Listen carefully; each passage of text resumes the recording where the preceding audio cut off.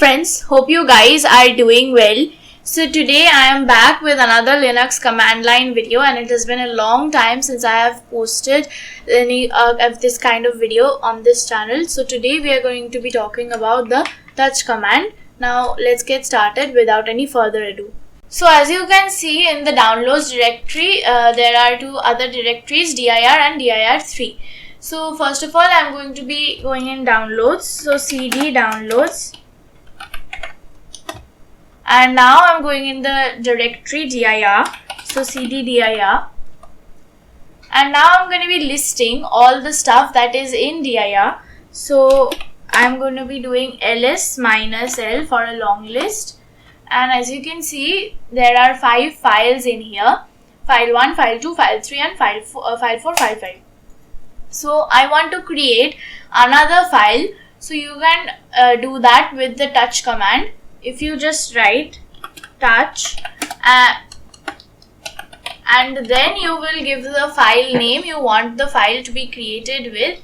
So there are options of touch, but the simplest manner is this, that if you write touch and then give the file name. So there are already 5 files in here, and the 6th file, suppose I'm going to be naming file 6.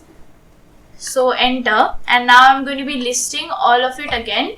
And here, as you can see, the file 6 has been created, and it gives the timestamp of now, which is 2:10 p.m. or 14:10, and the rest of them are like when I created those files back at 2 p.m. So you can also add a file extension along with naming the file. Like, so for example, if I create a file 7, I can give it an extension .txt with touch only.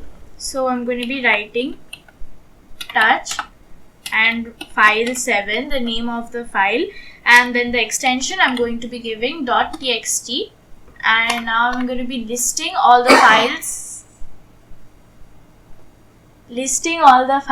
that are in this directory.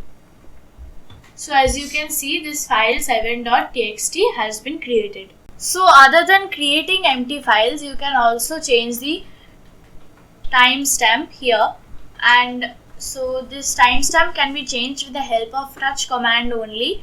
And so to change the timestamp, you need to write touch, of course, and then you have to type in the name of the file's timestamp you already want to change, like the file that is already existing. So here file 1, I can see the timestamp is 1:59, and I want to change it to the timestamp of the present time. So to do that, I'm going to be writing the name of the file of timestamp I want to change and enter, and now I'm going to be listing it again.